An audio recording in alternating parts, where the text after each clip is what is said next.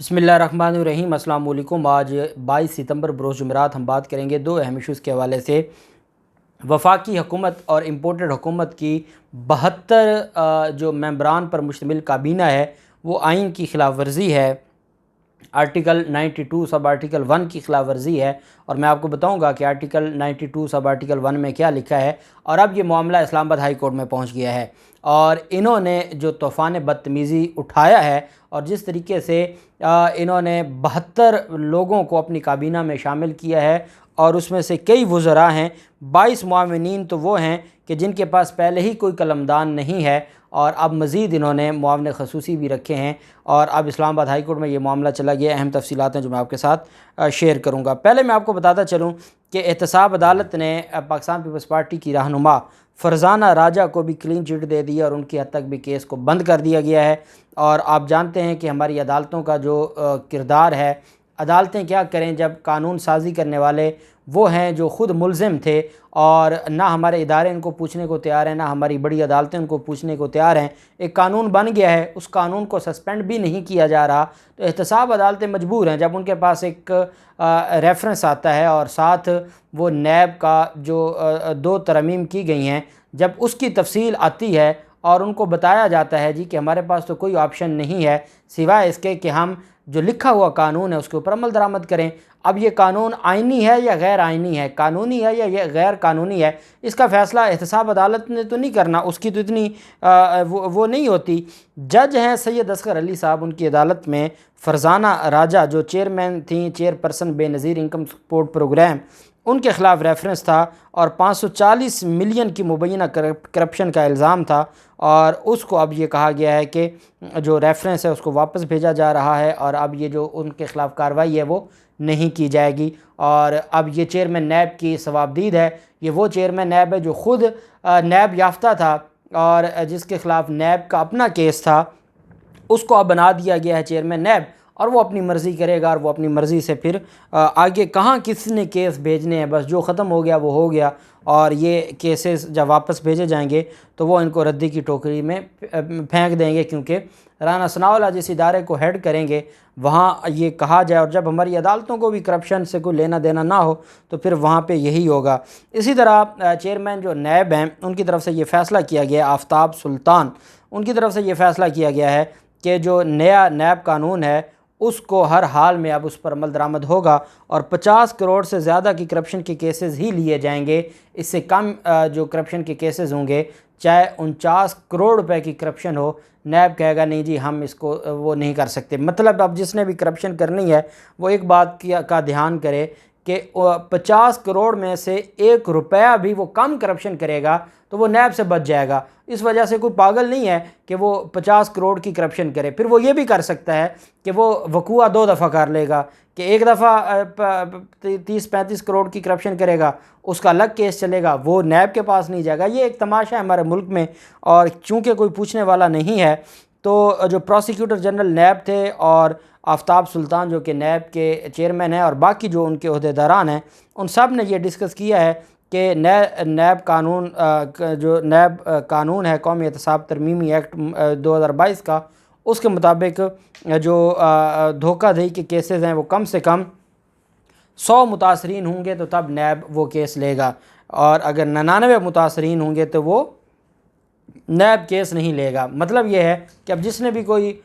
Fraud کرنا ہے یا دھوکہ دینا ہے وہ 100 لوگوں کو نہ دے، وہ 99 لوگوں کو دے گا، کیس نیب کے پاس نہیں جائے گا۔ کیا انوکھا قانون ہے، کیا انوکھا تماشا ہے ہمارے ملک میں، اور چونکہ ان کو کھلی چھوٹ ہے، کوئی پوچھنے والا نہیں ہے، اور نیب قانونی ترمیمی بل میں سابق وزراء اعظم راجہ پرویز اشرف، یوسف رضا گیلانی، شہباز شریف اور باقیوں کے کیسز بھی واپس بھجوانے کا کہا گیا ہے، اور رینڈل پاور کیس کو کہا ہے کہ اس کو بھی ختم ہونا ہوگا، یو ایس ایف فنڈ کو بھی، رمضان شوگر مل کو بھی، کڈنی ہلز ریفرنس کو بھی، مزاربہ سکینڈل کمپنیز فراڈ کو بھی، اور باقی بھی جو ہیں ان سب کو ختم کرنا ہوگا، تاکہ یہ ختم ہوں گی تو تب ہی فائدہ ہوگا۔ اور ساتھ انہوں نے یہ بھی کہا کہ آئین اور قانون کے مطابق ہم کیسز اب دائر کریں گے۔ اب آئین اور قانون وہ ہے جو ان کی طرف سے ہے، اور اس کے علاوہ باقی جو آئین اور قانون ہے اس کی کوئی حیثیت نہیں ہے۔ اسی طرح شہباز گل کو ایک قانونی نوٹس بھجوایا گیا ہے مسلم لیگ نون اور شاہد خاقان عباسی کی طرف سے۔ رانا مشہود سمیت رہنماؤں نے ماڈل ٹاؤن میں کل ایک پریس کانفرنس کی تھی اور کہا تھا کہ شاہد خاقان عباسی پر بھارتی کمپنی کو فنڈنگ دینے کے الزام میں شہباز گل کو قانونی نوٹس بھجوایا گیا ہے، اور انہوں نے کہا ہے کہ ان کا ہر جھوٹ ان کے منہ پر ہم ماریں گے اور ان کو عدالتوں میں لایا جائے گا۔ جھوٹ کی بنیاد پر بیانیہ بنانے والے 62-63 کی زد میں ہیں۔ انہوں نے کہا کہ اگر ان میں ذرا سی بھی شرم ہے تو ہمارے قانونی نوٹس کا جواب قوم کے سامنے رکھے۔ ہم نے توشہ خانہ اور فوراً فنڈنگ کے ثبوت سامنے رکھے ہیں، اور انہوں نے کہا کہ ہم کسی بھی صورت میں پیچھے نہیں ہٹیں گے اور ہم ہر صورت میں شہباز گل کے خلاف کارروائی کریں گے۔ اب یہ شہباز گل کے خلاف یہ قانونی نوٹس ہے، اس طرح کے نوٹس پہلے بھی آتے جاتے رہتے ہیں۔ معاملہ صرف یہ ہے کہ اب شہباز گل ان کو کیا جواب دیتے ہیں اور ان کی طرف سے کیا جواب آتا ہے۔ دوسری طرف ایک بات آپ یاد رکھیں کہ ہمارے ملک میں جو ٹوٹل جو ممبران ہیں پارلیمنٹ کے شورا کے، آپ جانتے ہیں کہ 336 ہیں ہمارے نیشنل اسمبلی میں اور 96 ہیں 96 ہیں جو سینٹ میں۔ تو ہمارا آئین پاکستان یہ کہتا ہے، آرٹیکل 92 بات کرتا ہے، جو فیڈرل جو منسٹر ہیں یا منسٹر آف اسٹیٹ ہیں ان کی بات کرتا ہے، اور ہمارا آئین پاکستان یہ کہتا ہے کہ جو کابینہ ہے وہ میکسیمم 11% جو ٹوٹل ممبرشپ ہے پارلیمنٹ کی، اس کی میکسیمم 11% کابینہ مشتمل ہو سکتی ہے یا کابینہ کے ممبران ہو سکتے ہیں، میکسیمم 11%۔ اب 11% جب آپ لگاتے ہیں، 432 اگر ٹوٹل شورا کے ممبران ہو گئے پارلیمنٹ کے، اور ان کا 11% نکالیں تو 39-40 لوگ میکسیمم کابینہ کا حصہ ہو سکتے ہیں، کیبنٹ کے ممبران ہو سکتے ہیں۔ یہاں پر ڈبل ہیں، 72 ممبران ہیں، اور یہ آئین پاکستان جب یہ کہہ دے اور آئین پاکستان پابندی لگا دے کہ بھئی میکسیمم آپ اتنے ممبران رکھ سکتے ہیں، اس کے بعد اگر آپ اس سے زائد رکھیں گے تو کیا یہ آئین کی کھلم کھلا خلاف ورزی نہیں ہے؟ بالکل یہ آئین کی کھلم کھلا خلاف ورزی ہے، اور یہ آئین پاکستان کی خلاف ورزی ہے، غیر آئینی قرار دیا گیا ہے کہ آئین پاکستان کا آرٹیکل 92 سب آرٹیکل 1 بڑا کلیئر ہے، اور وہ کابینہ کے ممبران کی تعداد بھی ہمیں بتاتا ہے۔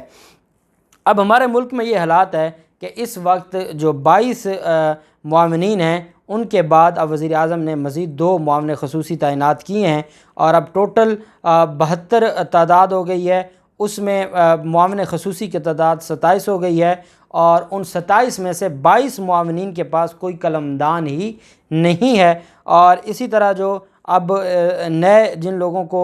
دی گئی ہیں، اس میں وفاقی وزراء کی تعداد 34 ہے، وزراء مملکت کی تعداد 7 ہے، مشیروں کی تعداد 4 ہے، اور ان 27 میں سے 22 معاون خصوصی ہیں جن کے پاس کوئی قلمدان نہیں ہے۔ مطلب یہ ہے کہ کوئی کام ہی نہیں ہے، اور ان کو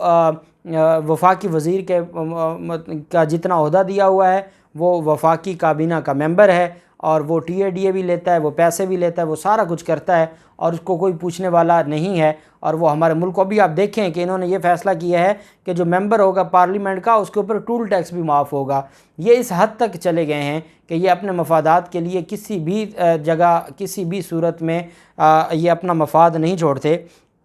اب آپ یہ دیکھیں کہ وفاقی وزراء میں جاوید لطیف ہے، اس کی کئی مہینوں سے اس کے پاس وفاقی عہدے پر موجود ہیں، لیکن اس کے پاس کوئی قلمدان نہیں ہے۔ جاوید لطیف اب وفاقی وزیر بنا ہوا ہے، لیکن اس کے پاس کوئی قلمدان ہی نہیں ہے، اس کے پاس کوئی کام ہی نہیں ہے کرنے کو۔ تو یہ ہمارے ملک میں، اور اس وقت جب 50% مہنگائی بڑھ چکی ہے، سیلاب نے ہماری کمر توڑ کے رکھ دی ہے، آئین کہتا ہے کہ جو ٹوٹل ممبرشپ ہے پارلیمنٹ کی اس کا جو 11% ہے میکسیمم، یہ کابینہ کے ممبران ہو سکتے ہیں، اور یہ اگر 72 ممبران رکھیں، آئین کی خلاف ورزی ہو اور ہماری عدالتوں میں جائے کیس، اور ہماری عدالتیں کہیں کہ ہم تو وزیر اعظم کے اختیارات میں دخل اندازی نہیں کرتے، تو پھر بتائیں کہ کیا ہماری عدالتیں آئین اور قانون کے مطابق کام کر رہی ہیں؟ بالکل اسی طرح